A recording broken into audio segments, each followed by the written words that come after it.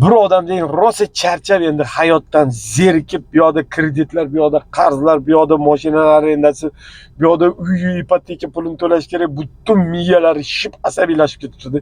Bir tinchlanmasam bo'lmaydi. Daryoni bo'yiga borib suv tomosha qilib o'tirsin, bitta katta butilka oqib kelib qolibdi. Shundoq aylanib, chiroyli bo'lib oqib qarasa, shampanskiyni butilkasidan katta ekanda shartta olibdi-da.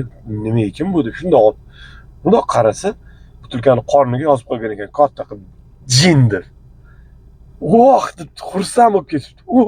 Xudo beraman desa berdi. Hamma qiyinchiliklarimni ko'rdi Xudo. Mana endi oxiri menga jin berdi. Xudo xolasa endi men hozir butilkani bitta ish qilmaychidan jin chiqadi. Mana hamma shartlarimni bajaradi. Endi maza bo'ladi. Ey Xudojon, senga rahmat deb turib butilkani olib ishqalashni boshladi. Shundoq ishqalabdi. Bundoq ishqalabdi.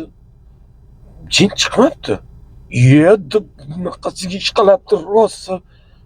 Bunaqasiga ishqalabdi. Bunaqasiga hech shuncha ishqalasa ham hech narsa chiqmasmishdi. Taylarini ishqalabdi.